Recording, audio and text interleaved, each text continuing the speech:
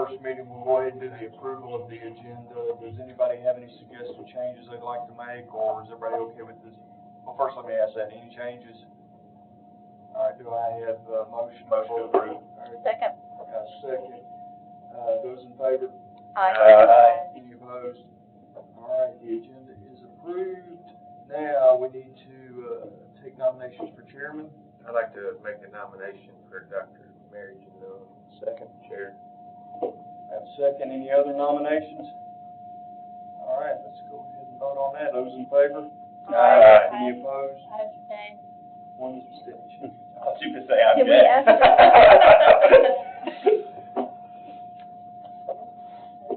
All right, any nominations for vice chairman? I'd like to nominate Terry Boyd for vice chairman. I'll second it. Any other nominations?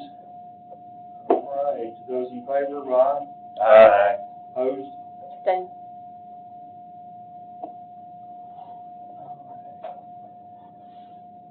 At this point in the show, I will turn it over to Commissioner Janelle.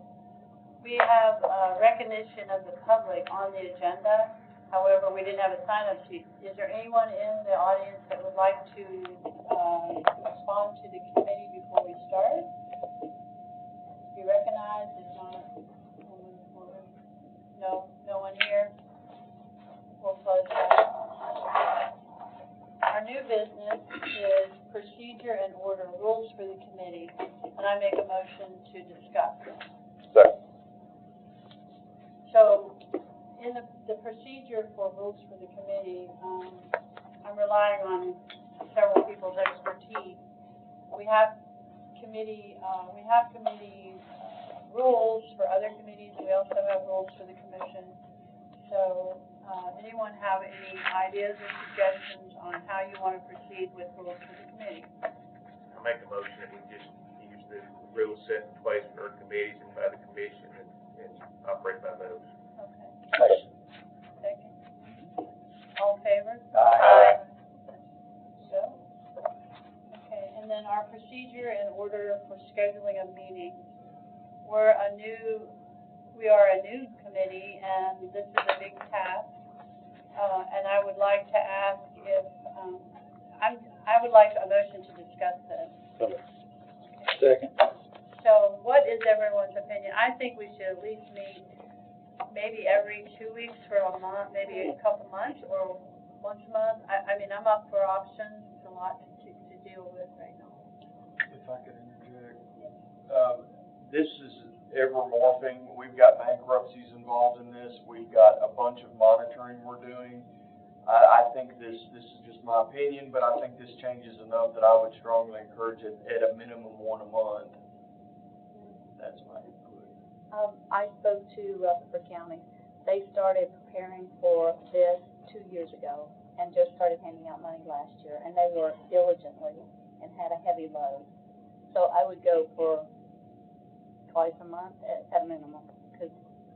Because of what day we're going to meet. Right. Mm-hmm. Right. So, what? Someone that's part of the committee first. Okay, come on up here, Lori. You can sit here. Here's Lori Middleton. She's our citizen representative. She's a nurse practitioner in the community. She has experience with working with drug treatment, so she's our citizen committee member. Well, sorry, I'm late. Traffic. I have no idea. Not here. I had no idea it was going to be like this. You're forgetting. Every day. Thank you. We're talking right now about meeting schedules, how often we're going to meet. Okay. So Terry had suggested, sir? Mr. Long pointed out who's taking our minutes. I guess this is Sumner. I'm up to speed so far, so I can continue for this meeting with y'all. We need to figure something out. figure out a secretary. So we'll do that. Secretary or is that a clerk? Usually it's a clerk from one of the offices.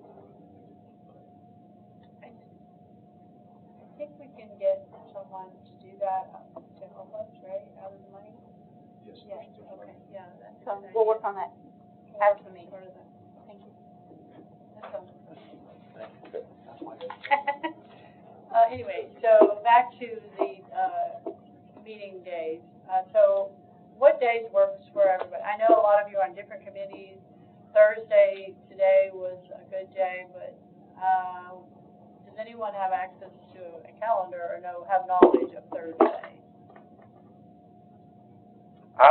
From a personal and stingy standpoint, I already have lost 3 Mondays a month. Can we just, I'm not opposed to keeping it on a Monday. Problem I have with Mondays is I have recovery court Mondays that start at 5 and go to sometimes 6:30 or 7. Gotcha. No, Monday. Tuesdays? I have DUI and recovery court that's Oh. Monday, that's Tuesday from 5 till 6:15. Okay, and Wednesday, most people, you're gonna drink? Well, we just need a break sometime. So Looks like Thursday? Huh? It looks like Thursday, we're back at Thursday. You don't want Friday? No. We don't want to come in there Friday night beer. So is Thursday at 5 good, or should it be 5:30? I like 5. 5? That's fine with me. Consensus is 5? The only chance I'll have not being here is if I have a large docket on Thursday and that I never can tell what my docket's gonna be like, so, I know that the fourth Thursday of every month, I have a collection docket that has about 300 cases on it every Thursday afternoon at 1, so, most of those do not go to a hearing, but, as I say, I feel like I'm at graduation every other fourth Thursday with the calling of the names, one after another, so,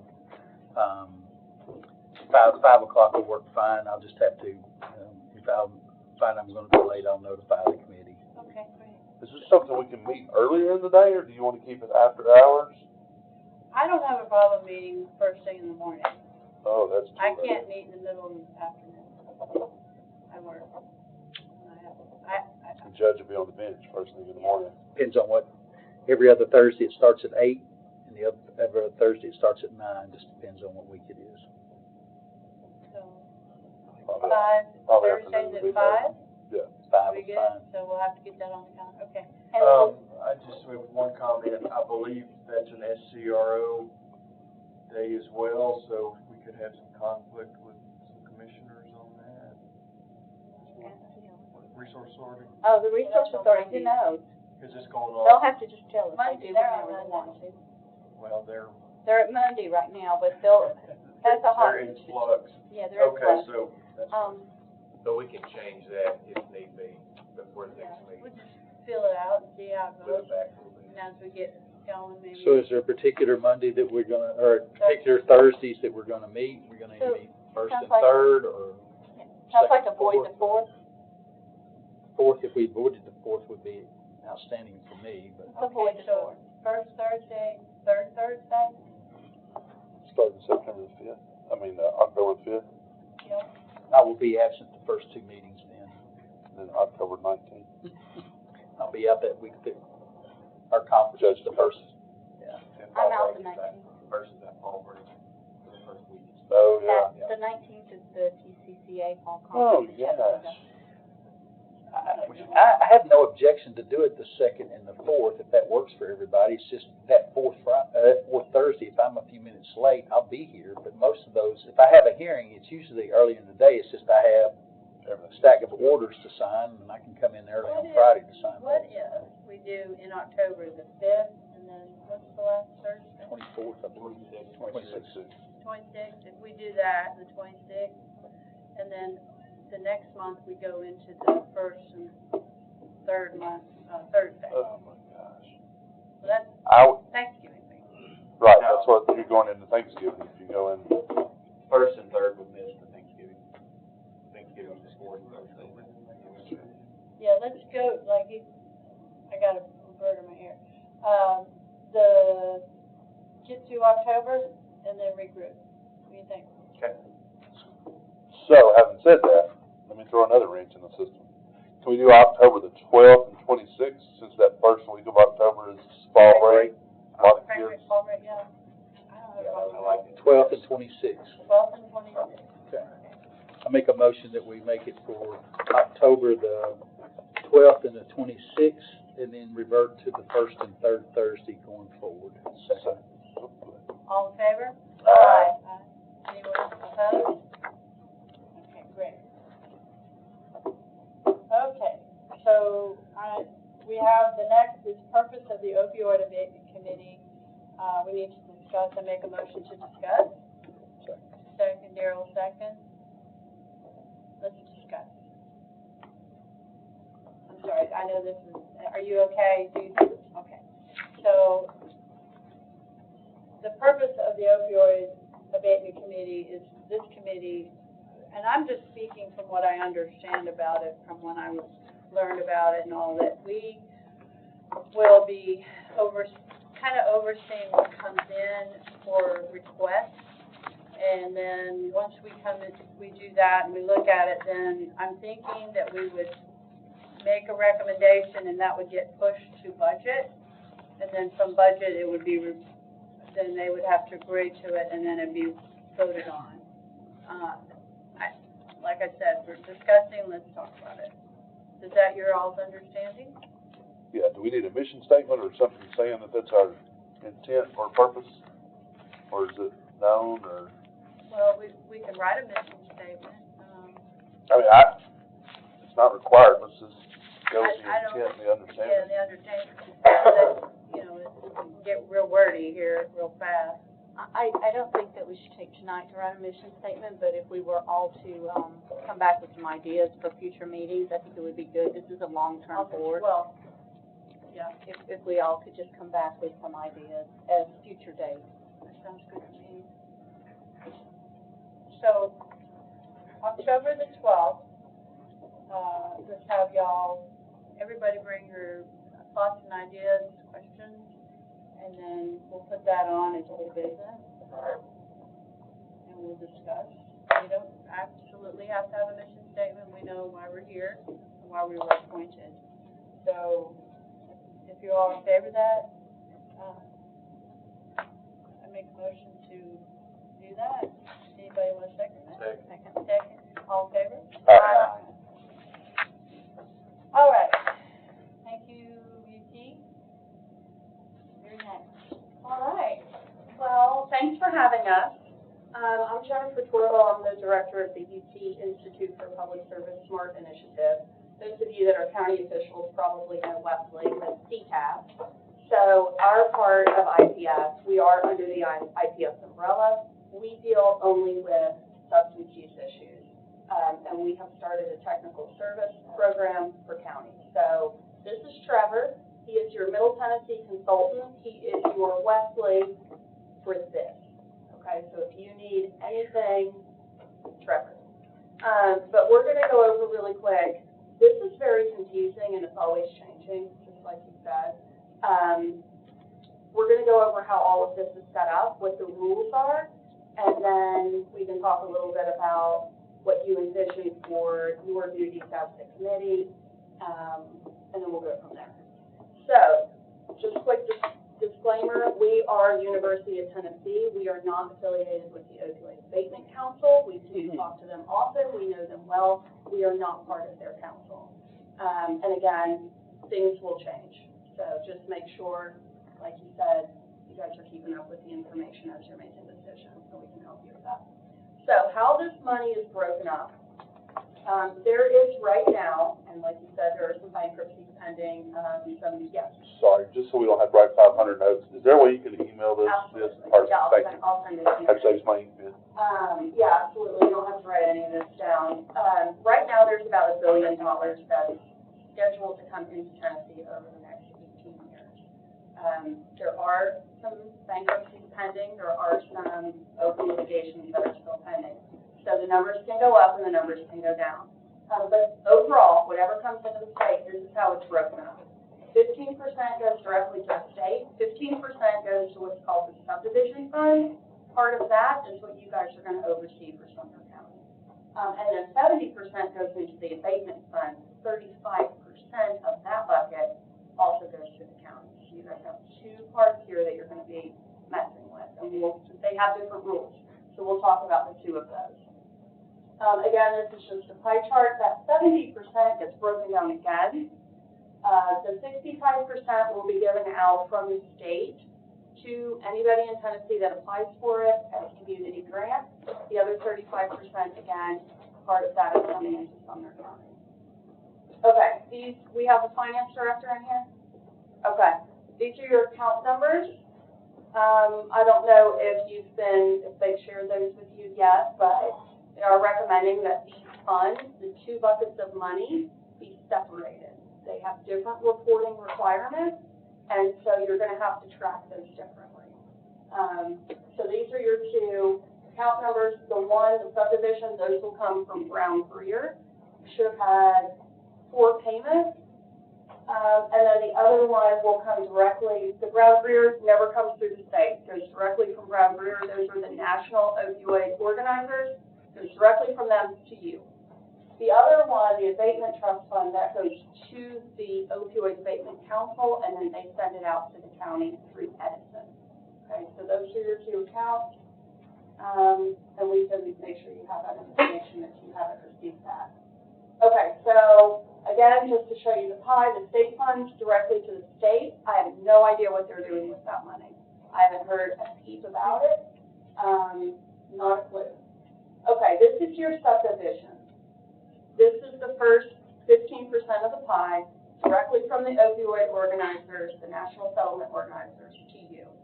Those funds are also being called unrestricted funds. They don't have as many rules associated with them. They can be used to reimburse yourself for past costs related to the opioid crisis.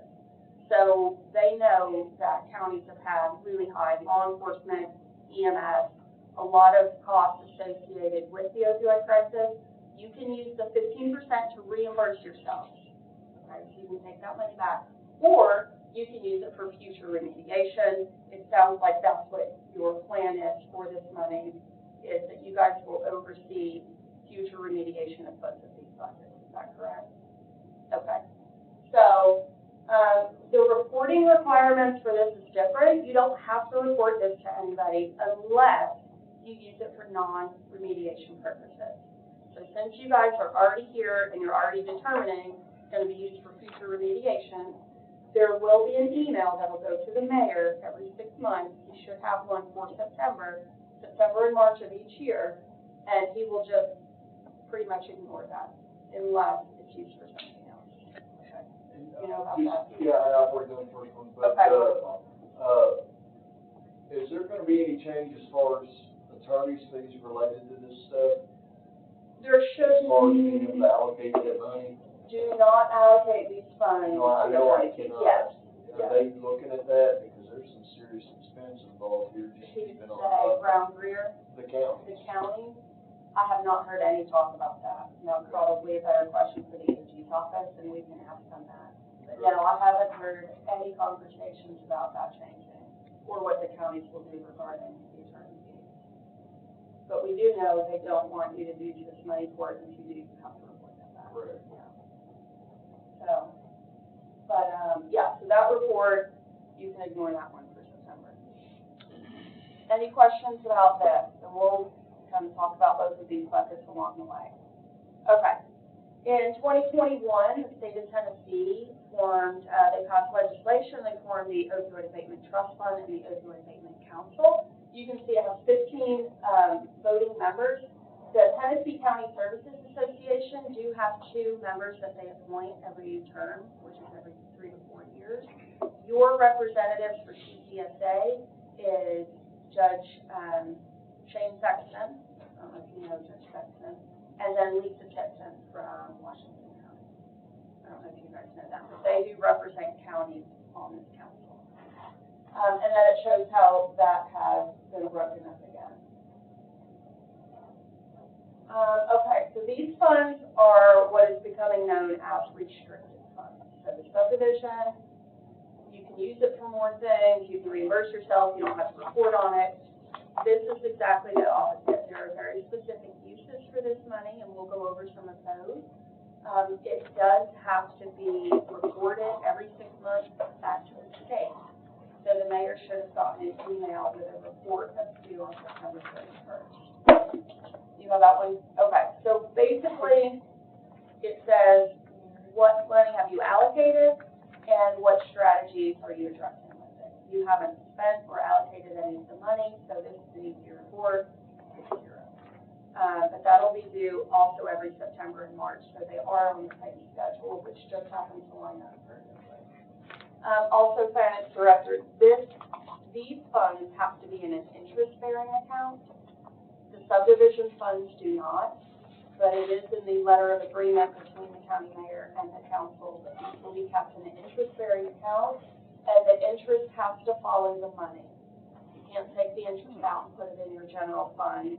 If for any reason you have to pay the money back to the state, the interest has to go with it. So the interest follows the money, the same rules of the money.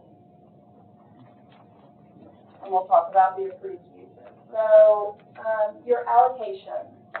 Guys, this has so many layers of complication. I'm sorry. Well, anytime you have a question, just let us know. Your allocation, so how they've decided to break this money up. Your subdivision bucket of money has a county allocation percentage assigned to it. That will not change ever. That was agreed to in the original settlement. It will not change. Your county allocations for the abatement part of the money that's coming from the state, that allocation percentage will change every 4 years, which means every 4 years they're going to recalculate it, which means you don't know how much money you're getting every 4 years until they recalculate that. So it will change over time. That allocation percentage is based on this. So population, fatal and non-fatal overdoses, and opioid prescriptions written per person. They take the 3 last years of available data from the Tennessee Department of Health, they average it out, they do a calculation, that's your percentage. So if your overdose numbers are going down, you're going to get less money. If your overdose numbers are going up, you're going to get more money for that next 4-year period. So just know it will change. There's also something called holdback. And your mayor will get an email every 4 years after they do the reallocation, and it will say, we have reallocated your county percentage, it is this, do you agree with this, do you not agree with this, you have 30 days, if you don't, they hold back 2% in case anybody appeals that number, if not, it's released back to the county. So, because that, if you think that the numbers that they're using for your county don't adequately really represent what's happening here, and you have data that shows otherwise, then you can ask for part of that 2%. So, if you have any questions about that, Trevor's great with data analysis. He can look at that for you. Hard to remember every 4 years, but you will get an email from the, and that'll come, I believe, directly from the Attorney General's office. Can I ask a question? Yes, About that prior slide. So 25% opioid prescription per person, is that talking about pain management? No. Yes, opioid, not Suboxone. Opioid prescriptions for pain. So if it's treatment and recovery prescriptions, buprenorphine, that is not calculated into that. Yeah. So that's really people with chronic pain, and new pain, surgical pain, really any pain, any opioids for pain. So yes, it would be long-term chronic pain patients. Everybody's, and I have a chart that shows your stats in here somewhere.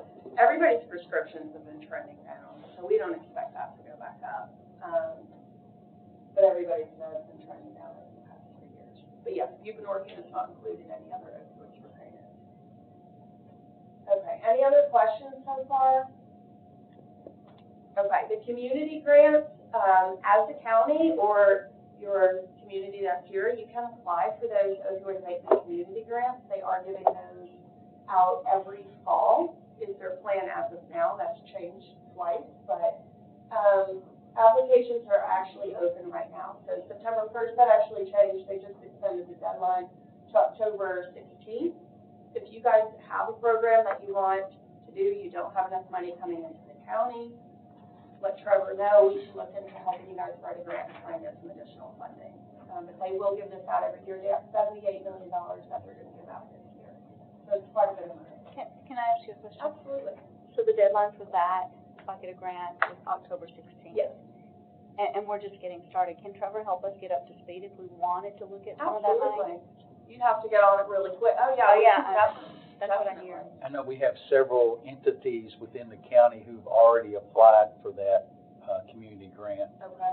We have, our recovery court for Sumner County has applied, or is in the process. No, they've applied, and so has our Recovery Court Foundation. They both have applied for those community grants. Excellent.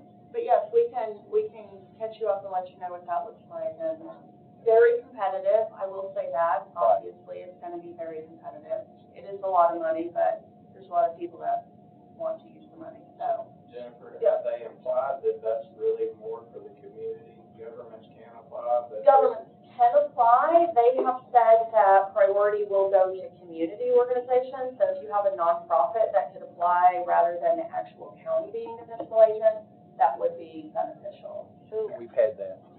we could look at advertising immediately to let the community know that this is available. We have a small group here, but there's potentially more people in our community that might enter the competition. Yes. Yes, and the grant application itself is not terribly complicated. I mean, the council aren't grant reviewers, right? They're people that have full-time jobs in the community. So it's a pretty easy grant application. There's 7 criteria. Each criteria is 200 to 400 words per section. It's not very difficult. So it's not unrealistic to think you could get an application in a couple weeks, whereas if you're looking at a big federal grant, there's just no way. Okay. So yeah, it's definitely not too late to write an application and submit that. We're not gonna get real too many reporting requirements for these grants, are we? You will not know. Anybody that's awarded funds, absolutely, yes. But no, you will have nothing to do with any reporting on any of these. Okay, any more questions about that? Okay. And again, they're planning as of now to open that up every September. They originally were going to do quarterly, but it looks like now it'll be annually. Okay, so the second wave is, we talked about the settlement in the first wave and second wave. The first wave payments started coming in fall of 2022. Second wave payments the process has moved forward. The AG's office expects these settlements to start coming in along with the first wave settlements in the first quarter of the 2024 calendar year, not the fiscal year, the calendar year. And then they did pass 2033, well, that's not right. 2023, this year, they did amend the legislation. Any settlements that come in from here on out will follow the same rules. So everything will work exactly the same. Okay. Question, Yes. with this bankruptcy issue, those numbers are not real numbers, is that right? Exactly. So those are we kind of call them your maximum estimated payments, right? Like if everything goes as planned, those are the numbers. Yes, it's bankruptcy. Mallinckrodt has a pending bankruptcy. You might be more up to date with it than I am. If that goes through, it's going down. Kroger is pending settlement right now. Tennessee is fine on that, and then it'll go up. So everything's which makes it really hard for planning, right? Like you have to plan, how do we spend this money? You only know what you have now and what hopefully you're going to have next year. You really don't know. Jennifer, Yeah. can their payout timeline change as well? If I decide. It can. So payout timelines can change. And when I show you your graph, it'll have the timeline. So like some are 1 year payout, we're paying it all at once. Others 18. We have a 13, a 7, a 10. One of them paid 5 years up front, and then on 6th year they're picking it back up for another 5 years. It's just all over the place. So yes, if they change their payout timeline, your payments per year are going to change as well. Now you can carry money over. So for each year's payments, you have 2 years to allocate it, and then another 2 years to spend it. So 4 years. So if you're kind of doing a rolling, we got a big payment this year, we want to keep some and even it out over time for the next couple of years, you can absolutely do that. If you go to 4 years and you haven't spent it, you have to have a conversation with the OAC, the Opioid Abatement Council. Doesn't mean they're going to take it back. If you say, oh, we're using it to even out a few years, fine. We're going to build a recovery center and we need 5 years of payments to do it, fine. If you say, well, it's sitting there because nobody wants to make a decision, you have to give it back. So there has to be a conversation, and then they'll determine if you need to give it back, or you can keep it for another year. This is what you should have right now in your subdivision fund if you haven't spent any money. Now, this last payment down here, this payment 3 under distributor, they send the payments out, they hit the county at different times. So if you have not received that yet, you should any time now. And if you don't, then we need to look into that. So you should have just done 58,000 something. So you have 396, 244, 68 in your unrestricted bucket of money. So that's your not reporting. You can use it for reimbursement from past costs. If you have something you are considering spending this money on that's kind of a gray area, you could use this bucket of money for that if you wanted to. It does not follow the same rules. So you have 360, 396 there. Your abatement council, that's a big difference. Does this look right to you? No. The $2 million? No. No, just 901,000. I'm sorry, yes, we've got 903, 195, but we've been putting interest on both accounts. Okay. Which one draws interest? This one? This one. Which one? Most counties don't have such a big difference in their allocation percentages. You have a big, you have 1.7 allocation there, and you have a 2.8 there. So your allocation percentages are quite wide. So your payments are going to be pretty different. Some counties line up a little bit more. So we have 903,000 in the restricted account and 396,000 already in the bank on the unrestricted. Should be. And you should not receive any other payments until first quarter of 2024. Of the two accounts you gave me earlier, which revenue goes with each one? Because we've been using the 448645 with both of them. But we have complete sub-funds that divide them, but I don't know which one the state wants us using which one. They only created that 4600 number initially, Right. the comptroller's office, and you had already gotten some of that unrestricted money. That won't be unrestricted to go in 48,991. Now, the unrestricted is the 48,991, so we'll move it there. And then the other one's the 48,645. Because we 46,845. 46,845. Yeah. A lot of people had received unrestricted money into that 4600 number because that was the only number that existed. We have two sub-funds in the bottom split, so we have it divided, and we've been putting the interest on both of them, because we were told initially that both of them draw the interest. I don't know where we received that information, but we've had. You can put the others in an interest-bearing account if you want. Well, I mean, we just need to quit putting it. We're not gonna pull it back out, so we'll quit putting it. You could just put that interest in the general fund. Well, we've been allocating interest in the main account. Okay. So those are your accounts, and that's the money. This is your stats that they use to calculate your allocation data. So those are and it's old data, right? The TDH is usually about 2 years behind. So this might not really reflect what's happening in your county right now. Opioid prescriptions, again, most counties across the country going down steadily.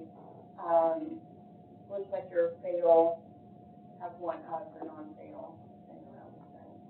But that's what they'll recalculate every 4 years. So when it comes time, if you guys want to heads up, what do our numbers look like, we're happy to pull those numbers to get those to you.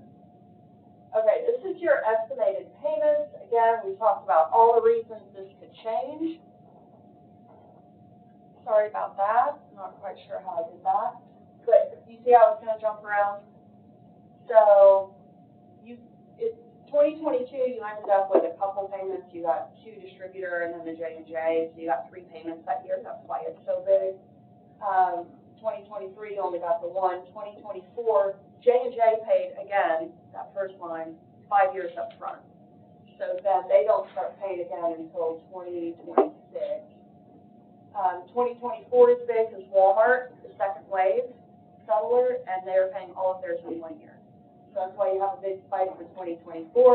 And then the rest of it is kind of up and down because, again, some of them are 7 years, 10 years, 13 years, 18 years, kind of stretched out.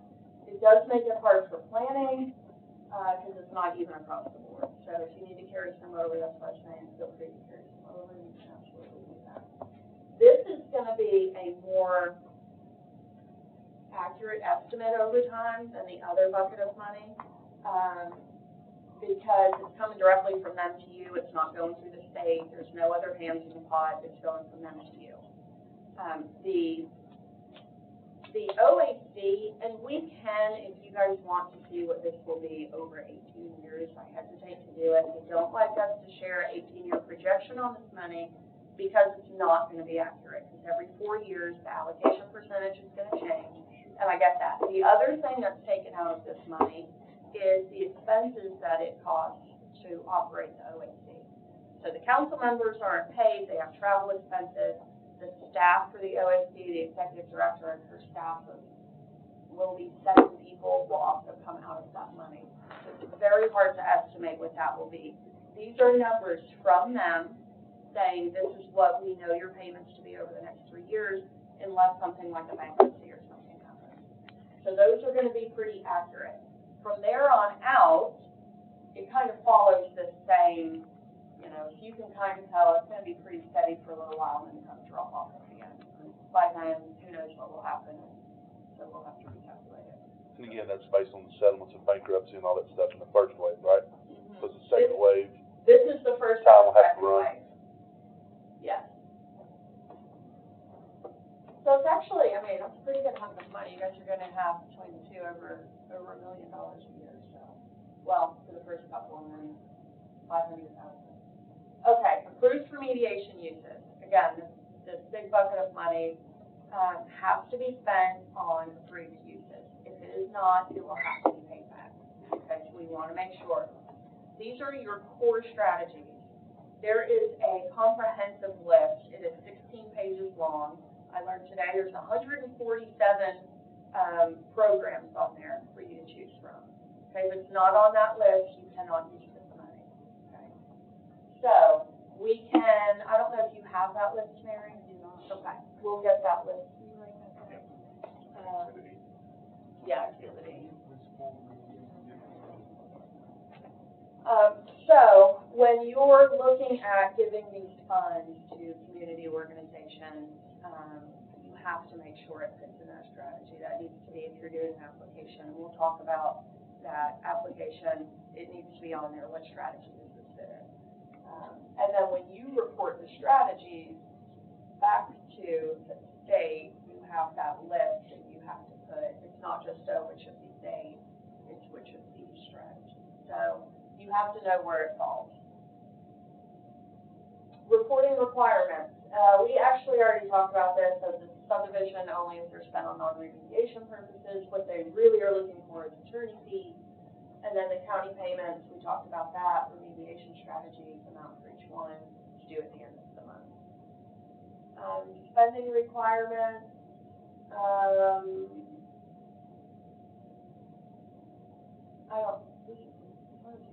I think Cheney accidentally left that in. Sorry, guys. Assembling a task force, you guys have done it. This is our recommendation. A lot of times we talk to people before they got to this point. We do recommend a task force. If you talk to neighboring counties, some of the mayors are trying, the county commission together are trying to just allocate these funds out in the community. It's much better to have a committee that's overseeing this. There's too many eyes on the money, and there's too many reporting requirements. It's just too easy for things to go wrong. Having a dedicated task force, these are the people that are recommended by NACO to be on a task force. You guys have done well. I think you pretty much have all of this. Do you guys have, is your health department doing a county health assessment? They're supposed to be, I don't know what the report is. Okay. They should be doing that. They are? Okay. Are you guys with the health department? I'm the chairman of the substance use subcommittee. Oh, wonderful. Okay, so is that one of your 3 identified? Yes. Okay. It's recommended to do a needs assessment before you allocate any of these funds. It's complicated and it's time consuming. But it just so happens that all the counties in our state are doing a county health assessment. And the purpose of that is through the health department, it's funded through the Department of Health. But the purpose of that is to identify 3 top areas that are that you see as a critical issue in your community. And if substance use is one of those three top areas, then they come up with a work plan and they collected information, like they've basically done a needs assessment for you. So when that report, is that report done? The action plan has been done and Okay. so. Okay. If you could, if you guys want to look at that information, it's going to have some baseline data. It's going to have a work plan. If substance abuse is identified as one of the top three priorities, they're to create a work plan. And the Department of Health is actually right in the process of hiring on, what are they calling them? Community work plan coordinators, is that it? So they're hiring people across the state. There'll be one in Chattanooga, there's two in East Tennessee, one in Middle Tennessee. But they're to help the community develop and carry out those work plans. So I don't know if you've met them yet. I think they're just on board as well. Is there any HIPAA issues with that information coming to this? It's all de-identified. Okay. Yeah, no, it's just aggregate data. There won't be anything that's identifiable at all. But that would be an important document for you guys to have, to reference when you're allocating funds. Because when you decide, we'll get there in a minute, but when you're going through and you're saying, oh, this organization has a great application, what is one of the priorities for your community? Is that we're going to distribute Narcan all over the place? Well, maybe you already have Narcan all over the place and you don't need to. So prioritizing your needs, and then when you get applications, where does it fit in our priorities, and kind of starting at the top. So having a guide of some sort is very important. And Trevor is really great at mapping that stuff out. So if you guys can take that report, if you want him to draft, like based on this, your community data, he can look at some of your overdose data, and he can kind of map out some priorities for you guys to get you started if you want. Totally up to you. Recommended strategies: use funds to leverage funds. So, again, if you want to apply for an OAC grant, use those funds for a program. Use some of these funds to supplement it, to fill in gaps. If you want to use these funds as a cost match for an ARC workforce development program for the county jail, you can use these as a cost match as long as all of the funds collectively are going to a remediation use. You can use it as a cost match for a drug-free communities grant. You probably have a drug coalition in Sumner County. Yes. Oh, there you are. Okay. So you probably already have one of those grants, but if not, we have a lot of counties that don't. You can use it for that. So any place that you can use alternative funds for a program and then use these funds to supplement it or enhance it, that's what you should do. We will help you if you need to secure that funding. Collaborating with other counties. I know you say you talked to Rutherford County. If there's any opportunity to cross borders and, kind of join forces on something, because you're like, it would be really great, we need and you guys are a pretty big county, so I don't know if there would be a need for that here, or if you have a neighboring county that has a program that is really effective, and we said, we'll share some money if you'll come down here for a day, or let our residents come to your treatment program or your rehab program. You can cross county lines, but you want your money spent on your residents. Okay, so you can give money outside of the community, out of the county, but you want to treat your residents. How does that work for city municipalities across county lines? I don't think that's an issue at all, right? I think it's just the county. Yeah, so y'all got some cities that lie in multiple counties. Yeah, like this. Oh, I Right off the see. top of my head is the city of White House, Layton, Boston, Sumner, and Robinson. I think as long as their residents are the ones served, Yeah. that would. So we would have to refer to Robinson County if there was a service need under this money. I guess they're gonna have to prove they serve their residents somehow. You see what I'm saying? I just don't want to get. You don't really have to prove it to anybody. Obviously, you want to enhance the health of your county. I mean, that's the whole point of the money. You will not have to person by person prove. Now, the OAC said they were going to ask for the number of residents in the county that were served using the money. It is not included in the first report, so I don't know if that's because people haven't really allocated anything yet or spent the money.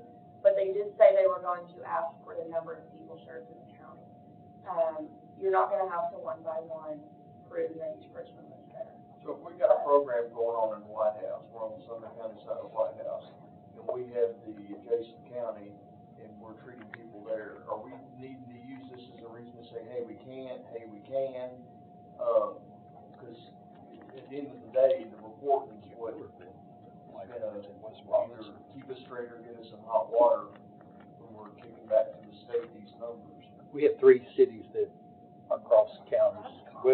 Westmoreland is in Macon County, and then we have Millersville that's in Davidson, Robertson, and Sumner. I think we would probably need to have a talk about those on a case-by-case basis. And see what the reporting requirements would be, what county it's in.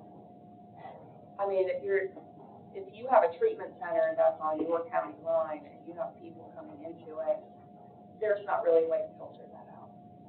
And you're not gonna, I mean, you know what I mean? If you have, you're a nurse practitioner, right? So like if you have a patient coming to you and they live in another county, I guess you know that on the front end. Yeah, you do. And they come from all over the country. Pre-screening forms and all So that. I would say something like this. Say you open a recovery community center and you have people that come from other communities and use it. I don't think you need to report that. Or even watch out for that. I think that would be fine. You opened it in your county to serve your county. If other counties come in, I think that would be okay. If you allocate funds, say to your practice, to treat patients without insurance, to provide total care, free of charge, I would make sure those patients are in your county.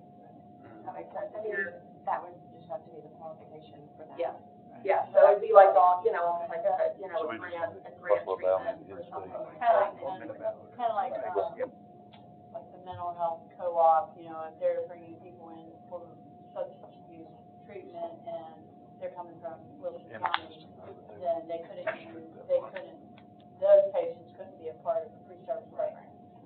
Yeah, so I would do something like that, but if it's something that's open to like the general public and anybody can come, you know, if you do a syringe service program or a harm reduction program, and people are coming up to get Narcan, I mean, you're not gonna turn them away and say you don't live in this county, you can't have I'm Narcan. sorry, You know? what's a syringe service program? I'm not familiar. From Eagle Exchange. Oh, do you take their old syringes and? Yes. Oh, they're good, okay. I figured it was something like that. Yeah, yeah, so if you do something like that, I mean, that's supposed to be an anonymous service, right? You're not going to say, where do you live, and if it's over the county line, you're not gonna service it. But this isn't an anonymous service. Well, I'm saying a harm reduction program typically isn't anonymous. I think it sounds like whatever strategy you choose, you're gonna have to figure out, is it feasible to monitor the residents or not? It's kind of doing great. I think what's gonna happen is it's gonna be very obvious or not when they fill out a basic form and we see their address. It's gonna be very evident where they live.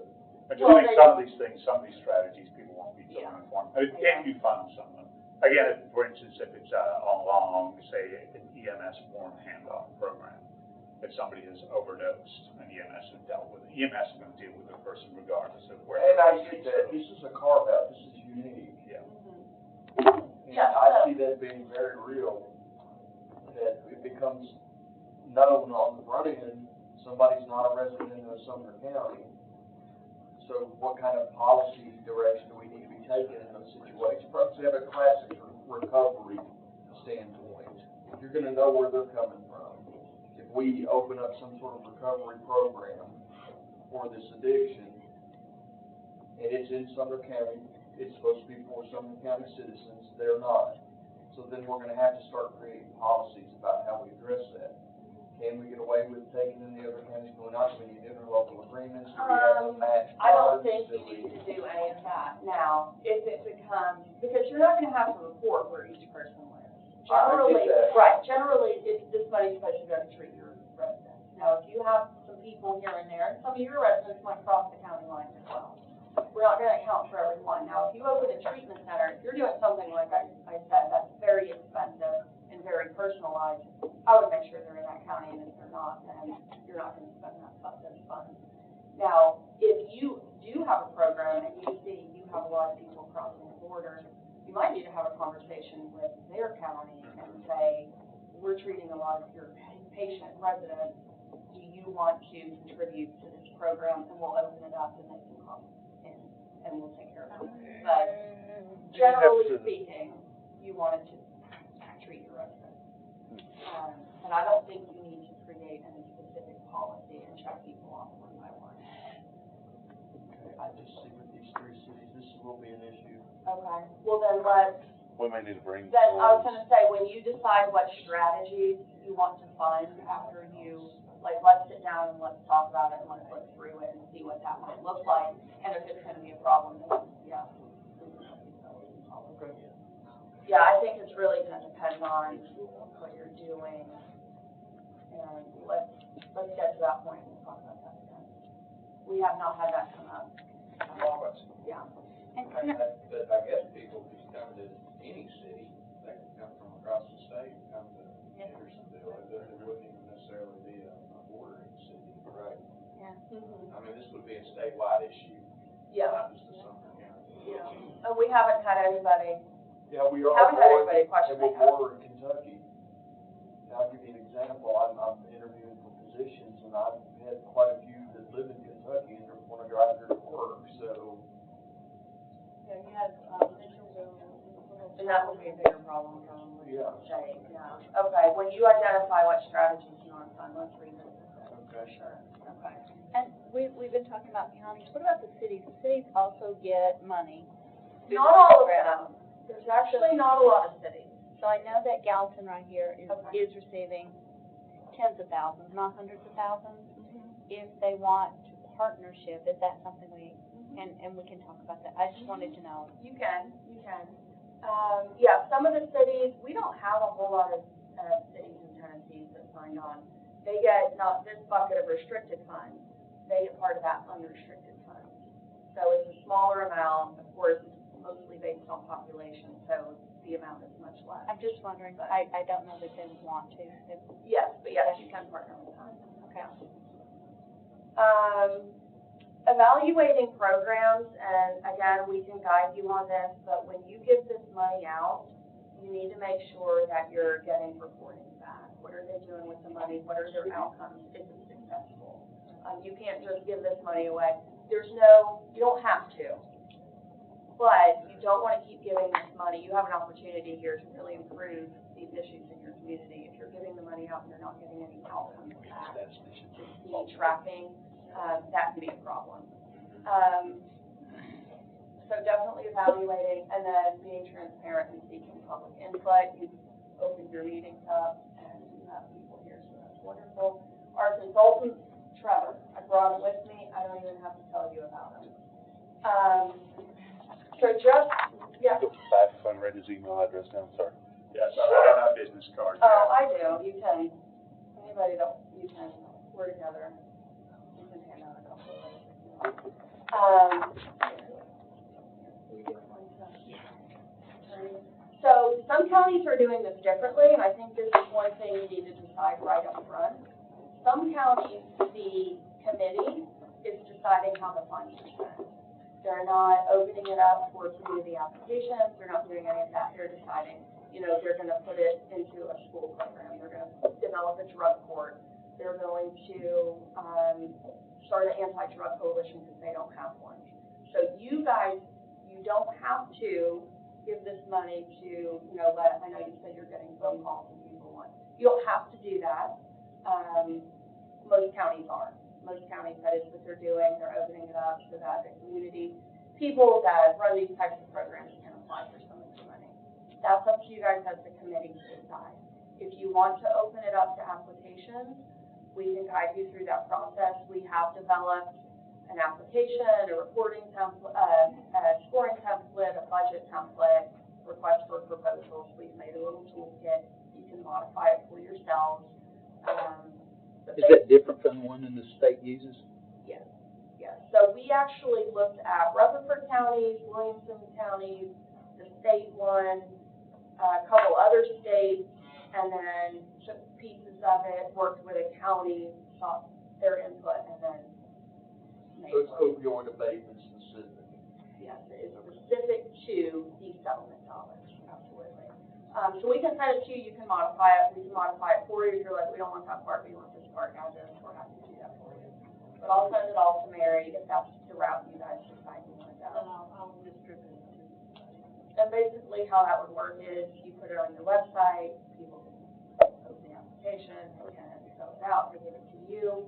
Again, we encourage you to have your priorities for the county identified, review the applications as a group, score them, where they fit on our priority list, allocate funds. Well, you're going to recommend how the funds are allocated, and then of course you'll get the application. Just so people on the committee know, we have all the reporting requirements from our recovery court. We also have a statistician that does our stats every 6 months to make sure the program's effective. So we have those in place for the county recovery court. And I'm sure that probably, I can't speak for them, but I would assume that the coalition has something very similar as well. I know that our 5013C also has similar strategy as well. And we do require that if you come in our recovery court, you have to be a resident to receive those services. Just so everybody on the committee understood that. And that's it, that's a big overview. Here to answer questions, you can contact us, we'll give you updates along the way if you want, if there's any changes, but anything you guys need, Trevor lives just down the road. So I do have a question. We're getting, or I guess whoever may have been getting them too, these opioid settlement workshops, webinars, and all that stuff. Is that good for us to watch, or is it confusing for us to watch, or stay away from them and let the advice come from I you wouldn't all? watch them if they aren't state specific. Okay. If they're state specific, yes, that's fine to watch them. I know the OAC does one every so often through GCSA, David Connor. Those are totally fine. Okay. They do not discuss the subdivision bucket of money at all, because that's not part of the abatement council business. But if you're watching anything at the national level or from a different state, everybody's state has set this process up and the buckets of money and everything very differently. So that might confuse you a lot. They might just be talking strategies, which is fine, because the approved remediation list was in the original settlement document. It is that Exhibit E is the same for all states, as long as their council, voted it in. But if they talk anything about their state-specific stuff, you're going to get confused. This is Project Opioid USA. Okay. You can give it a shot. As long as they're just talking best practices and strategies, you'll be okay, because those are the same. But if they're going to, and if it's USA, hopefully they won't talk about anything. Medication-assisted treatment, cross-sector collaboration. Okay. Outreach to the most vulnerable populations, implementing safety or life-saving solutions on the ground, and data analysis. That would be fine. Yeah, that would be fine. I have a question about the subdivision fund, the unrestricted. Can you give us an example of what something like that would look like for us to spend money on in a subdivision account? So, like, somebody said, hey, we need an extra person to manage, kind of be our coordinator, help with the county department. Would that be subdivision? Yes. You couldn't use the abatement funds, you couldn't use the subdivision. So some things that we're here in counties use that money for is, we need an ambulance, our ambulances have been run to death on overdose calls, we need an ambulance. So allocate some funds for an ambulance. Opioid prosecutors, Hamilton County has one of those. We heard that from a few. They want to hire a detective or a law enforcement agent just to deal with the illicit drug use. We hear autopsies apparently are very expensive. Yes, they are about using $1,300. About $1,300 to $1,500. That's a lot. So some are using it for autopsies for drug overdoses, things like that. So those are not, yes, they're related to the opioid crisis, but they're not going to abate the issue, right? They're not going to make it go away. They are costs that are incurred by the county because of drug use. But, you know, hiring a dog or paying for an autopsy, it's not treating and recovering anybody.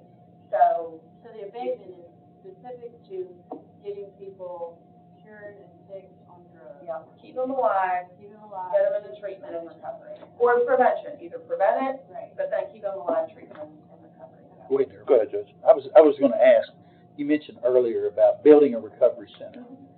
Is that through the abatement or through the unrestricted funds? Because as I read through the preliminary stuff that we got regarding the abatement council, I'm still looking for that part where you can use it to build physical facilities for, treatment, centers. You can, but it needs to be 100% dedicated to that purpose. Right. You can't build So, I a mean, if you build recovery center and then say, oh, well, it's gonna be for AA meetings on Tuesday and the rest of the time it's office space.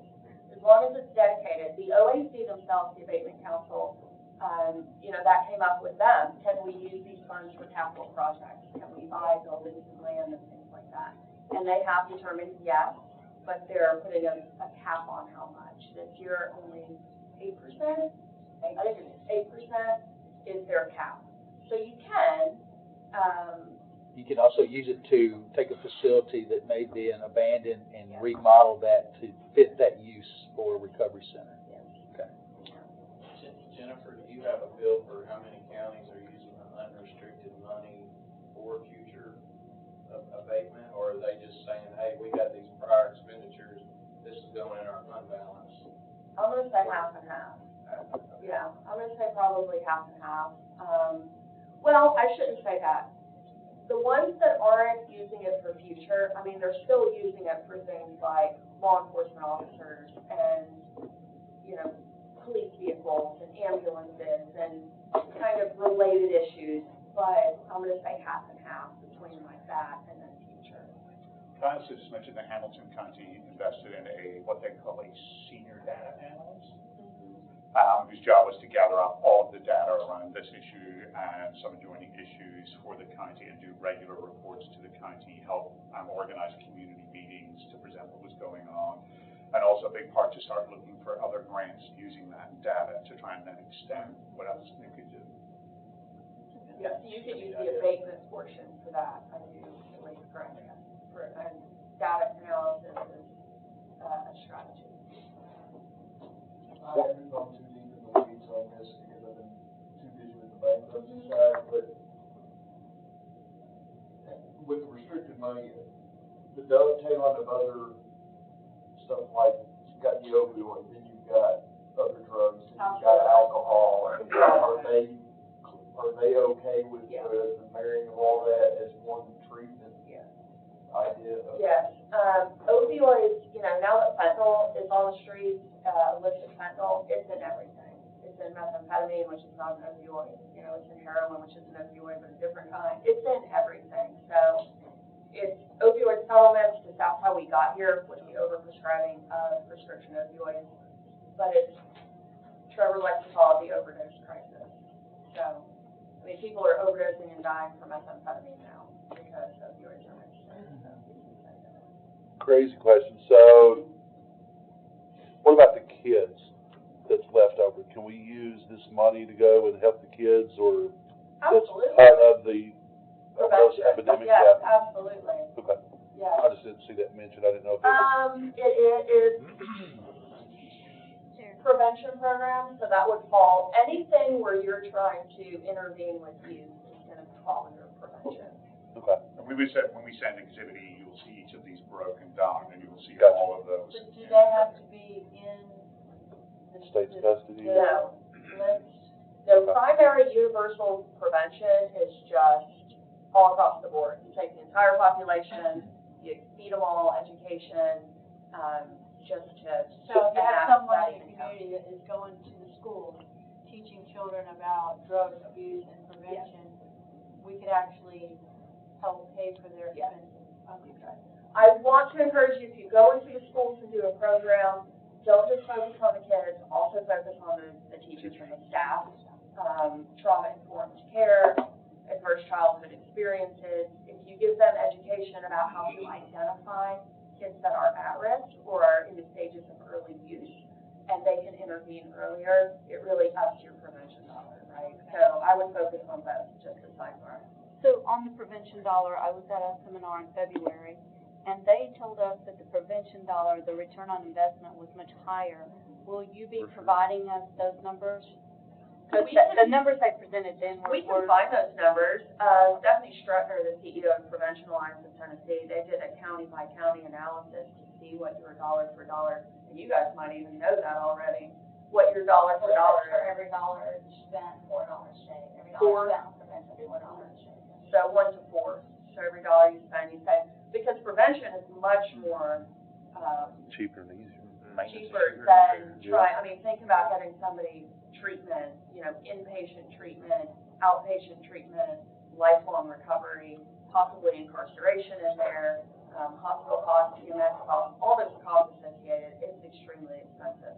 So if you can prevent all of that, it's much more cost effective. That said, I would encourage you not to think of it as an either or thing. Oh, yeah, There are people at risk of dying today, and we don't want that to happen as well. Right, yeah, not either, you don't want to put all of your eggs in one basket for sure. So when I was in Florida, one of the cities had they almost reminded me of newspaper boxes, and I was curious to see what it was. And in those newspaper boxes, they were randomly around the community. They were Narcan in those boxes. They were just in there. You could take it if you wanted it. And I was thinking that might be covered as a overdose prevention process, and then things like that, because. Yep, and that's in your first strategy. Anything that's going to keep people alive, pretty much. So if you have an interest in that, by the way, Davidson County Jail is putting in naloxone vending machines currently into their jail facility for when they release people out in the community, so it's an option for people or family members coming to pick them It's up. actually free. I mean, you can get it from the. There are ways to resource it free, and then some of these other programs you will need to pay The for. health department might be able to identify risk areas that could be put in those areas. And the health department should be giving the There- naloxone to their. The health department is already distributing, you just go up there and get it, no questions asked. You can also get it through us. The way the state distributes it is through the regional overdose prevention specialists. So they'll do trainings, like we just had them do a training for Westmoreland PD, to get everybody on staff that's got a kit now. So, but they can also do it for businesses, they can do it for this room right here, and get everybody on a kit. Well, the reason I ask is because you have people that, I'm not a heroin addict, but in case I was, I know that on, I can go down to, this business trip, this thing is there, and I can, my friend knows, we're gonna party, we're gonna go get our Narcan. I don't think you're gonna bring in the drug addicts and train them how to do it. Hopefully they know how to do it. I'm just asking because I thought it was a great way to prevent death. Hope you don't die in the middle. Every drug house, they're going to have Narcan hanging from the ceiling. Right, but even just out in the community, out in the public, because it is a problem. So what I'm getting here is, so we don't put in this to that, is be creative, find a hole for it to fit into. If it doesn't, contact you all, we'll see if we can make it work. If we can, it doesn't. If we can, we make it work. And our job is to find these solutions. Okay? Any other questions? You are gonna send this up to us, to Mary, to distribute to us. I will, and I'll send the, Exhibit E, and I think that's all, and I'll send you the toolkit we put together for the application. Thank you. And I will say, if you have any questions about any of these courses you're getting, if you want to run them by me, I don't mind looking at them because I've been inundated with them as well. And there are a lot of them that are just too broad, will be of no help, just a waste of your time. Right. Would you be able to come on as well? I need to check my schedule, but I have written that done, and I will let you know for sure, but I will make every effort to be here for that. Okay, so thank you. I appreciate y'all coming. It's very informative. A lot to process, actually. We'll go on to our next discussion. Okay, so the next discussion is seeking approval from the budget committee. So we kind of touched base about that earlier, about, we'll look at it, we'll decide this group, that group, we'll get funding, whatever, and then we push it to the budget committee. I'd like to make a motion to discuss this, and all in favor? Okay. So, what are your thoughts about that? I mean, this is a lot of money, in my opinion, and I think that we need the advice of our next level to kind of give it, here you go, and then, how do y'all feel about this? My only question would be, if we're gonna meet the first and third Thursday, if on the first Thursday, and I guess this is a question best for the finance director, if we meet on the first Thursday and find something that is applicable and we're going to move the money forward, is it gonna go to budget that month, or is it going to have to wait the 6 weeks till the next month to reapprove? We gotta have it out on the streets or week, and we gotta have it about 3 or 4 days from that, generating this week. Right. It drops back quite a while, because they want the budget agenda on the street for a whole week. Citizens in the past has complained about the short. Turnaround. Let's do On the it. budget, we can turn them around quick if we're on the street. So if we do October 6th, we have it on the 26th, the budget is gonna go to, still be on the November. No, it'll be on the November budget. But the budget is assuming we're in a hurry. Yeah. I think we got a lot of figuring out before we're. Well, if you pass one month, it'll go to the next. Right, it'll go Right. back, exactly. But I think we'll have plenty of time to figure that out Yeah. before we start handing out anything. Yeah, but it's just good to know that Yeah. going forward, That's the it's a month process. behind. Yeah. We can move on, yeah. They request the chair to go down and explain it usually to the lady at the gen office. So Mary would be down there explaining what it was. Okay, so then we're going to, our process will be to review it, discuss it, identify it, and then whatever's identified, move it to the budget committee, am I correct? Okay, The that will following month. for the following month, that'll be Yeah. our process. Are we all in agreement with that? I think I might have read that they're expecting like a monthly report. I think we should only report if we have something that's moving. We might want to talk to budget about that. Like if we're not moving anything for 3 months, maybe we don't go see them. Or we show up every month and say we're just not moving anything. Or do we make an agreement? You can just make it a report on their Yeah, agenda. Either you exactly. have something or you don't. I have nothing to report, like some of them do. As far as reporting it to the entity, we report it just appropriated, I wouldn't believe. Right, that's what I'm thinking. But I mean, as far as the reporting to the states, the whole report is just appropriated by the commission, and it's official.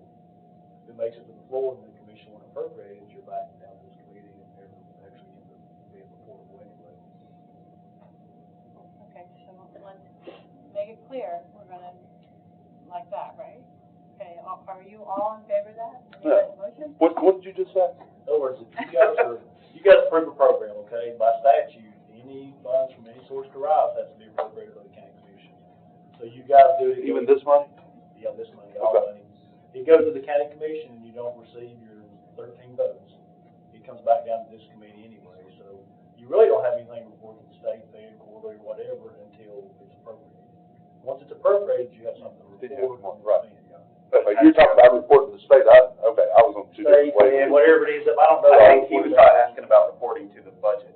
Yeah, we was going to budget, you was We're not going talking back about to budget. reporting to the state, that's Whichever right, what that's happens, wrong. the committee gets something ready, they'll email it to B. Browning, I'll look at it, agenda, send it to Matt, and then it'll get on the agenda that way. Correct. The following month. Questions, we'll email back to Mr. Dunn, because she'll have more details than anybody else. So I guess, I do have one question, Chairman, if I could. Sure. And I know nothing's lockstep, believe me, I'm learning more and more every day. Once this committee decides how to allocate this money though, can budget say, no, we only want $2 to go instead of the whole 12? Or is this committee, Well, here's, and that's why I'm concerned if we, Commissioner Rule says it goes through the budget and it's evaluated. and I get that, and that's why I'm asking these And then by questions. statute, it's by the county commission approval. Worst case scenario, yes, that could happen. The budget committee says no, the only way to get it there is the full commission decides to go around budget committee, which according to the rules doesn't happen, so. Right, so, It really goes through the budget committee and then county commission if they follow the rule. But they could send it back to us if they didn't agree with, they wanted to give them $2 instead of $12, they could, in theory, send it back to us for reconsideration. Right. Right. Or they can just not approve it, or they can officially amend the funding. That's what I was But about to Ms. ask. Janine would be there, if they amended the funding, that's another question, would it work if they amended the funding? Can you I add it dare say on? they wouldn't do, I say they would probably send it back. I can't speak for them, but I would guess they would send it back. I wouldn't try to. Because Ms. Janine would be there too to explain to them, it probably wouldn't work. Or if you have a program and you've done all the work to come up with the statistics and what the cost is per person, then adjusting down less per person would probably not work. And Ms. Janine's gonna be there. And so, do you think they could amend it on the floor? Like the They always $12, go split the difference? But here's the other thing, like, somebody's got to actually do the request and operate this as the administrative person, so the commission is an appropriation board, so if they appropriate it and it's not workable, anyway, there's nobody there to run it forward, the actual day-to-day run it forward. The county commission appropriates the funds. So let me back up and look at it this way then. So if they appropriate schools, they'll move points, nobody's gonna run it forward. Well, that's where I'm fixing to go. So a lot of these places that we're gonna be allocating this money to, or could allocate these money to, are 501c3. Then my question, Non-profit donation. my question is there, what do we call it? So that once we say, hey, yep, this committee says, yeah, we're gonna make that allocation, our hands are off because we can't allocate or dictate to a 501c3. So, By contract, you can. That's what I'm saying, are we gonna get off? You have to get a it's not- contract. it's not- Somebody's gonna have these questions.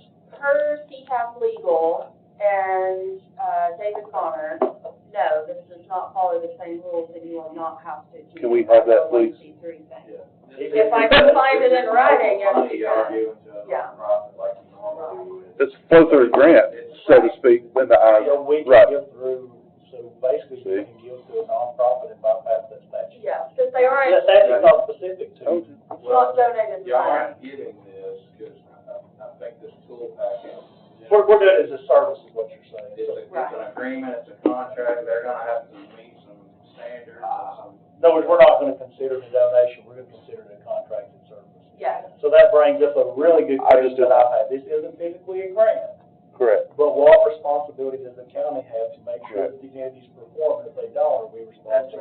It's the same thing going back if we write, and I'm sorry, just. Right now, we're getting way Okay. deep into responsibility and administration cost on this grant. It's gotten way. I mean, they do have some oversight responsibility. Yes, so the only thing you have to report is who you gave it to. You don't have to report back to them any of their outcomes, what they said they did with it. You know, you do need to have an agreement with them, and we have a sample agreement that CTAS Legal helps us write up, between yourself and the county agency. This is what you're expected to do with this money, this is what you're gonna report back to us, and they're gonna sign it.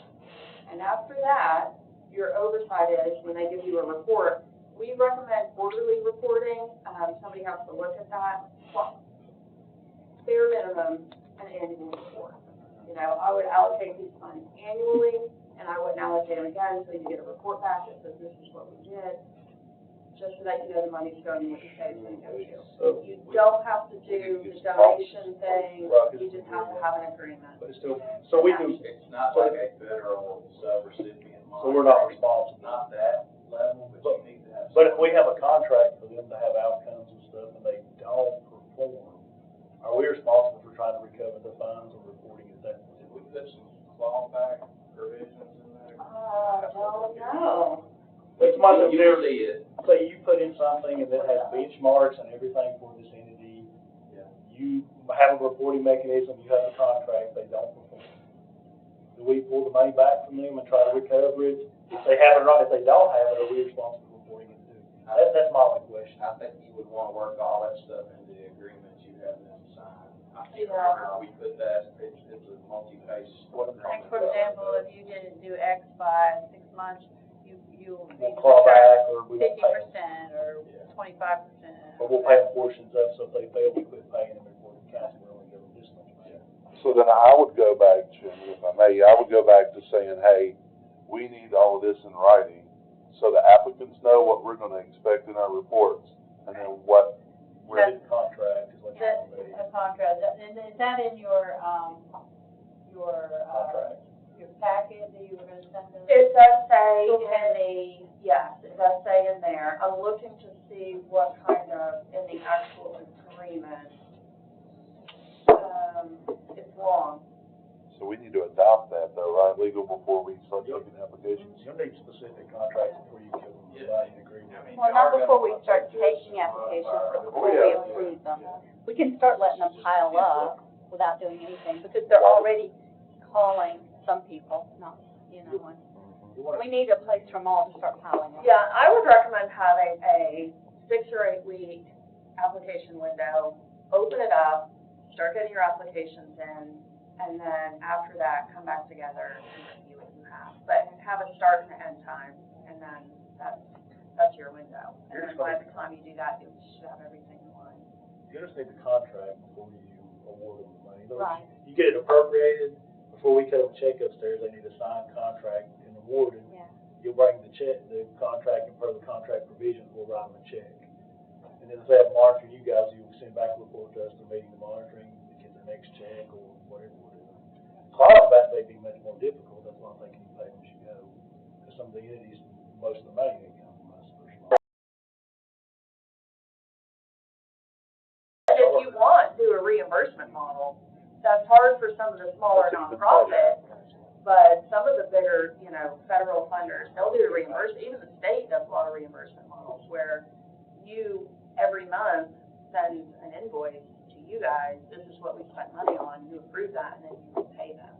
So you could even do that if you wanted, or you could do it quarterly, based on the last quarterly report you got, everything looks good, we'll give you another quarter funds up front. That's what the OAC is doing at the state level. Some counties are just giving it out all up front for the year. So you guys can decide as a group how you want to do that. If they don't perform, it'll be difficult to cover. I think that with, like she said, that we have a window of time and we allow, put it on our website, you apply here. Don't apply to Terry and the judge and Daryl and me, because that will happen. Get them to apply in that website, give, like she said, give a window of time, take that and review them, and then decide what we want to do, and then kind of go from there. Because we're going down a rabbit hole here, and I want to make sure that we're staying focused. Because,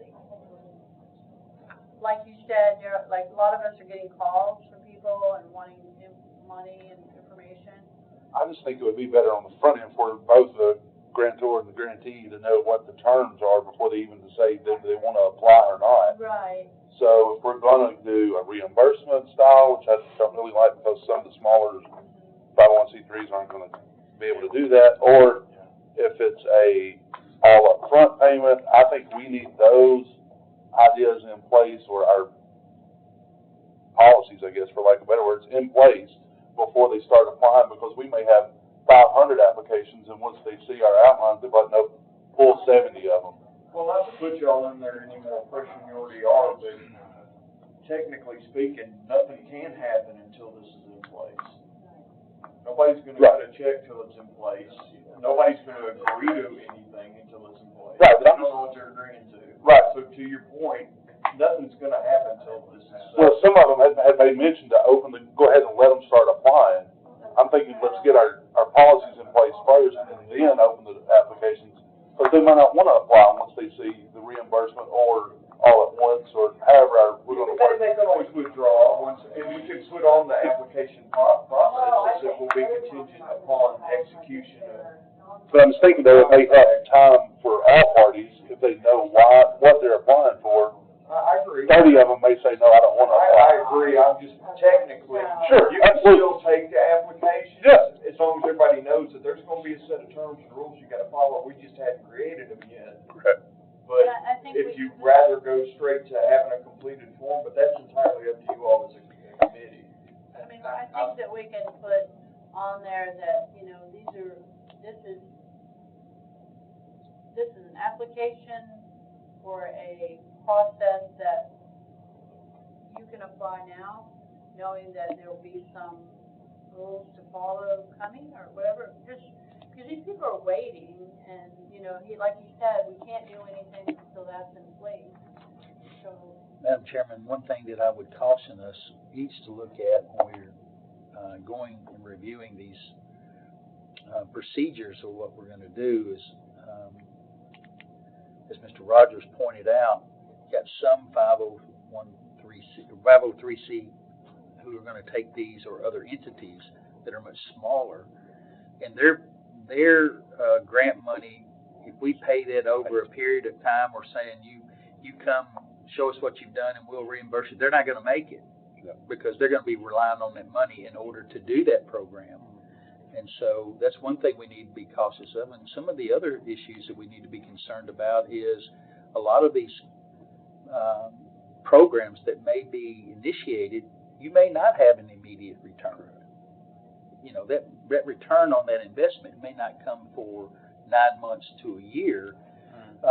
And so if we're expecting them to turn around some statistics showing that this is a valuable tool in 3 to 4 months, and they report nothing, I don't want us to then jerk the rug out from under them, because they may be doing something that is phenomenal, but it's just not going to show the results until, you know, down the road. And so, you know, being involved in our recovery court, it's a 2-year program. You know, that you're not going to see the results of that graduation, for instance, on that individual where we put money in until that 2-week or that 2-year program and they graduate from it. So, you know, if we got somebody in that court and they're screwing up at the 6-month mark, which is what we expect them to do in a lot of times, and then we say, well, that's not working because they're not performing. I mean, 2 years from now, we got a model citizen that's a taxpayer that's buying real estate. They've got their driver's license for the first time in their life.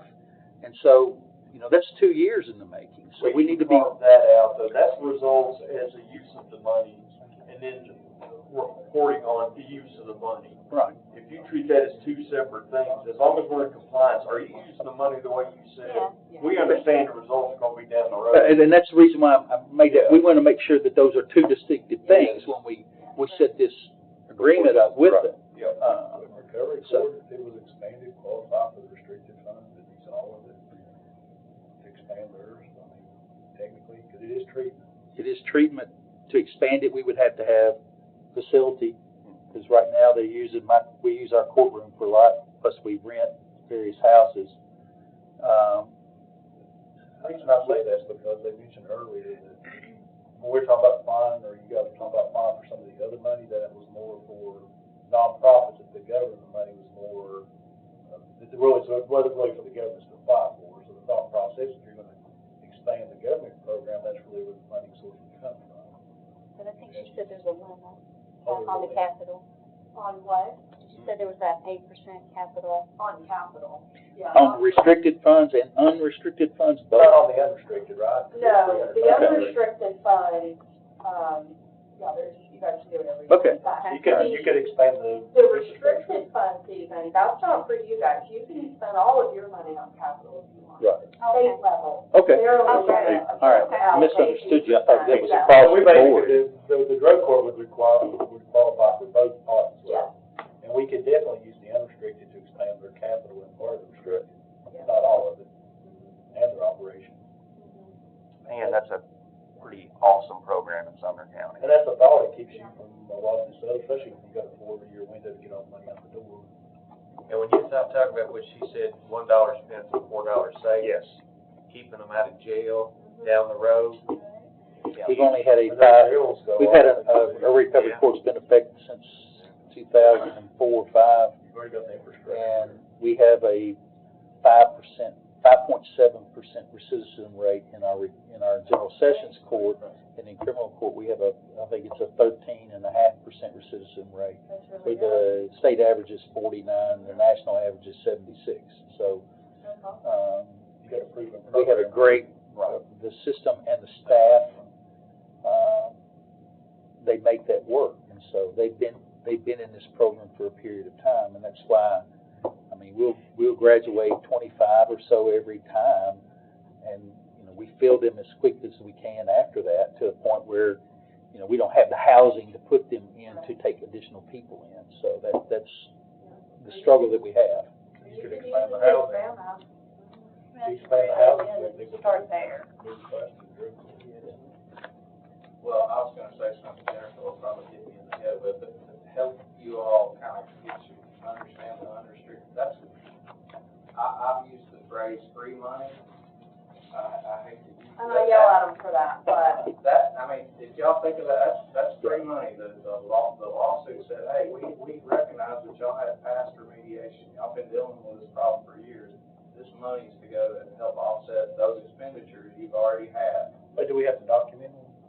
No, unless you spend it on legal expenditures. So basically, that $300,000 we've got right now, we can spend it on. Whatever you want to spend it on. But to make it the most useful, maybe to expand.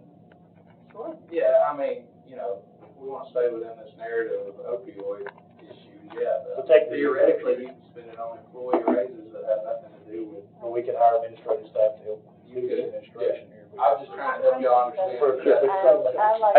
I misunderstood.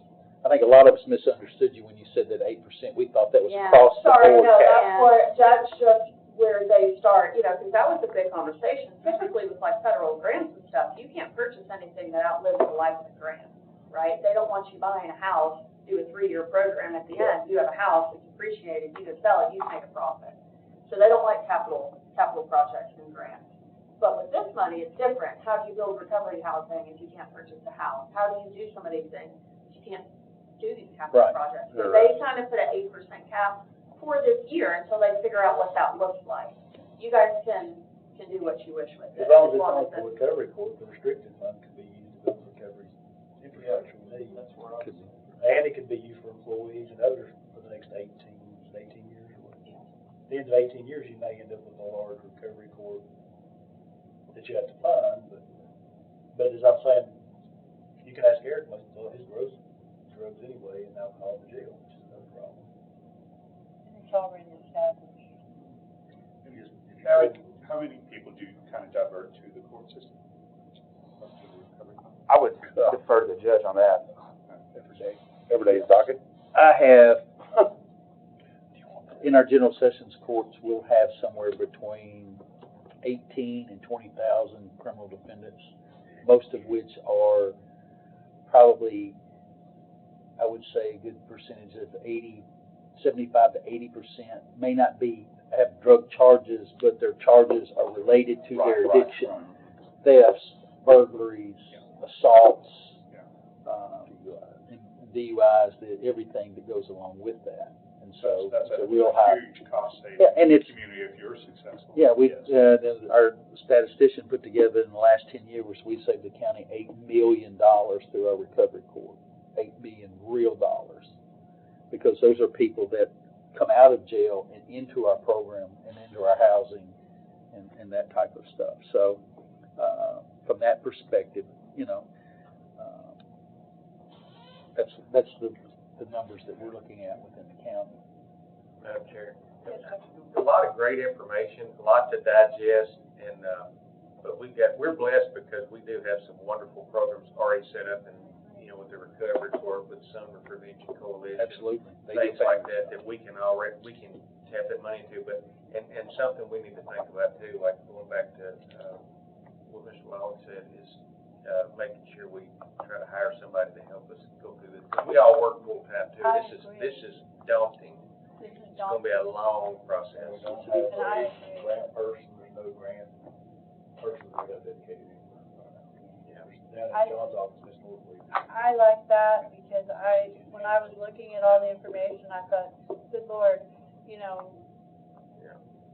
just on my side and my idea, I thought this is way too much for one person to do.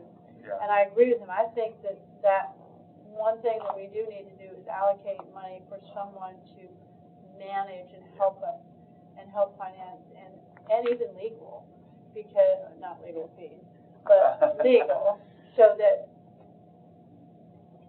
we're not off the rail. And then I do think that we have great programs through the drug court and all that, because I've been there, I've talked with them. You know, we've dealt with substance abuse patients ourselves, so I think if we were to focus on our programs we have right now, and then we can branch out, because I think we're gonna get way weedy with all of it. Do you have any advice for hiring that person, like how to seek them out, how to, anything at all? I think you probably first need to put together a job description. So if you could get somebody that could not only organize this group, help review applications, of course you guys would need to review and vote on them and all of that, but also could look at some data, like I was saying, and find those priorities for your county. What are your resources? Where are your gaps? What are your assets? Where are you effective, and where do you have holes? If you could get somebody that could not just organize, but a little bit higher level thinking, that could look at your overdose data, work with EMS to gather that, look at it. Do we have hot spots we need to focus on?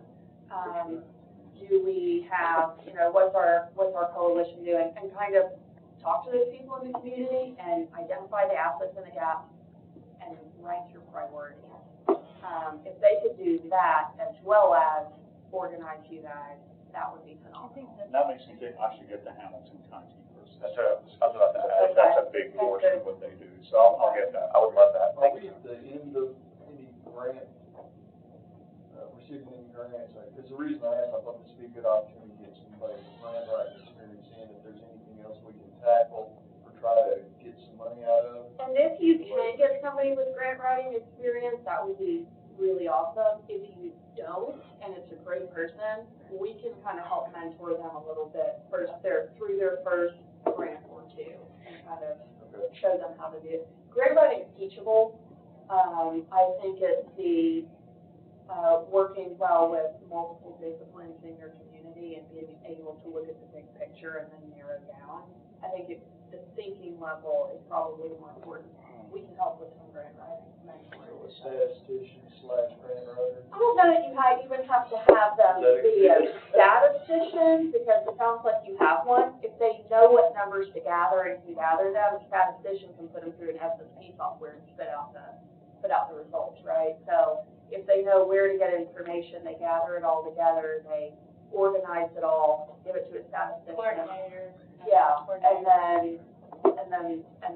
Madam Chair, I can tell you that through the 501(c) and our recovery court, which is primarily based on grants, we deal with grant writers through there, so I might be able to get some names that, of at least some people, they may know of people, because we may not want to lose our people, but at the same time, we probably come up with some names of people that at least have experience grant writing. You need to determine what you need the individual to do. Right, and it's Writing and getting So, your application. Your point is right on. The law office and the finance department are now our HR department.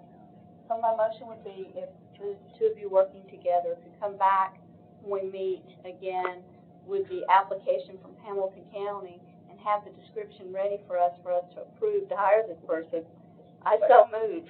Second. You need to determine what office they're gonna reside into. The commission doesn't hold. You could bring back a recommendation for that. Well, would this be a contracted position or an employee of the county? That's another As rabbit a contractor, we can hire a firm, but you'll spend more, I don't know, good point, if you're gonna use them, but they're about 18 years, you're gonna be dealing with this, but is it gonna be a little of bread? Are you gonna need it? Because the question is, if you do these applications, kind of what I was alluding to earlier, and you put the lion's share back into your drug court, there's probably not gonna be a whole lot after that. Because you look like you've got a lot of money, but if you start building the housing and hiring staff, drug court's gonna expand quickly. But if we could I have think a that's also a capital good assumption. project. That's what we're gonna do. Well, they may not be. If you hire somebody, then you get into that direction. If it doesn't, then you've got a big project here, and we need a full-time person for sure. Kind of which direction you end up going, so we may wanna look for a, I don't know. Then does it have to go out for bid? It'd be probably, we'll look at probably professional Keep service. rolling dice here. How far do we wanna go? I think professional service is what we're gonna be looking at, because we're gonna wanna look at the individual and the firm, you're not gonna just do it all flat on bid. But you are gonna need some kind of specs, Steve. So Did she you're gonna send us the, job description from him, I will get that and send it. We can go back, she had a motion on the floor first, and there was a second. And repeat your motion, because My motion was set for our HR function to look it over, and when they come back to the meeting next time, with perhaps some recommendations from the Hamilton, document. We don't have an HR function, but we'll be happy to help you do it. Can I add to that? Please. I would like for all of us to get the job description so that when they come in, at least if they've got a proposal, we can say, well, I've looked at it and this may have a different spin. So I think we all should probably get a copy of that Hamilton County. If you send it to Mary, you can send it out. I think it might be more productive to bring it down here to this committee. You guys work through what you want in the job description. That'd be the Before you advertise it. Yeah, for sure. Sit down here and work through it. I think that was our goal, but your goal was to have something working before we Yes. meet, and yes. So your motion is for that, to bring that together so that we can decide, repeat it. So that we can have at least a draft of it. We don't come back here at our next meeting starting from scratch on this item. Right. I don't think we're gonna make much headway, or we're gonna duplicate our work efforts, David and I, if we don't have that Hamilton thing first. I agree. So, And just for reference, you might be interested that Hamilton County hired a former crime analyst from their police department to step in and do this, which was an interesting shift in the direction. So she had some background and knowledge in this. Just in thinking out loud, I'm much more apt to be in favor of hiring someone locally in-house versus contracting them out, because I think we're gonna get much more bang for our buck if we have our own person. Even if it's a short term, however that works out with budget, the commission. Honestly, if there's not enough work, we can hire somebody else. we need to vote on her. Vote on her. They're qualified. There's a second. I can withdraw it because I believe they'd like to just bring the document back and we'll start from scratch. So So we're I will gonna- withdraw that. That was, she's withdrawing her motion now. So, okay, so we're gonna get the job description, and that will go out to, David and Eric, department, and then the committee, and then we'll bring that back to our October 12th meeting. October 12th. October 12th Agenda. agenda. Put mine up. All right, this is the last measure.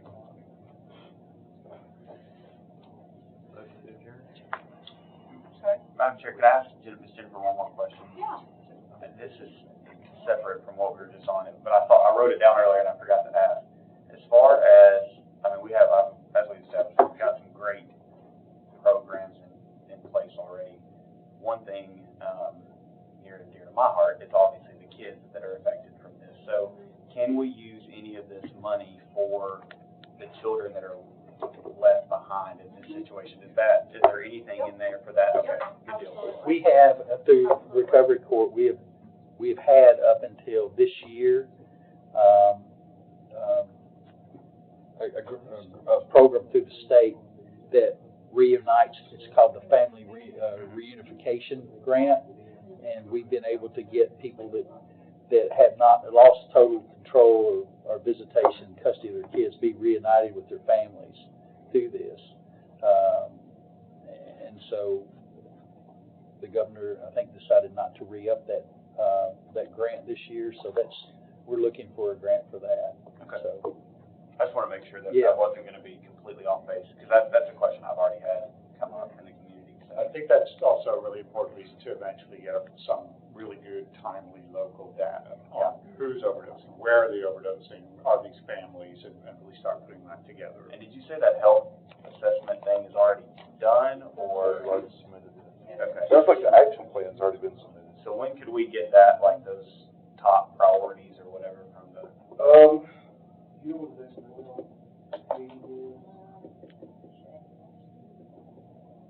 We can get it pretty quick. We talk to the health department basically every day. Will you send that to me, and I'll make sure that they'll. Of course. Yeah. Would y'all happen to know, did they use recent overdose data for that, or? I don't remember the statistical year that they used. I don't think it was 21. Did they get it In fact, I know it from, wasn't because I think it's 2020 because. Okay. so they didn't use local data? Like, they didn't get it from law enforcement, EMS, they got it from GDA? I think they got it from the Orange Department of So not. It's important to look at that. I wanna know local if at all possible. And I'm happy to talk And with that's you further. local, on but that. it's just really old. I mean, that's 2020, that's 3 years ago. So you're gonna, EMS and law enforcement's gonna be where you're gonna get Yeah. So would you have, reports on that, Aaron? Yeah, so we go through the DI3 portal Okay. on all overdoses and make reports, and most of the municipalities in Sumner County do as Would you well. be able to bring that information to our next meeting so we can, or email it to me and I'll disperse it, and then we can start thinking about it? Cause it sounds like that's what we need to do first, is find our hot areas or hot buttons. Well, we need to focus on what our areas are, as they said, because there's certain areas, and in the more, like they said, if you focus on prevention, like drug court, now your money's coming in will be higher, so you gotta think out, it's all about the dough. Sure. So, if we could do that, so I wanna refocus everyone for next time we meet. So, does anybody have anything that they haven't got their answers to tonight, and that you wanna bring back to the meeting in, October 12th?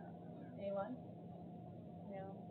Okay, so, Chairman, just as long as we're clear, and I think it's coming in the toolbox from the way I understood, right. but what we're gonna be expecting from the applicant, we need to make sure we get that ironed out. Right, that well, this is- we're gonna get by doing that, we're going to get the, job description for the guy, and then we're gonna look at the applicant process, because we can't do anything until we get Correct.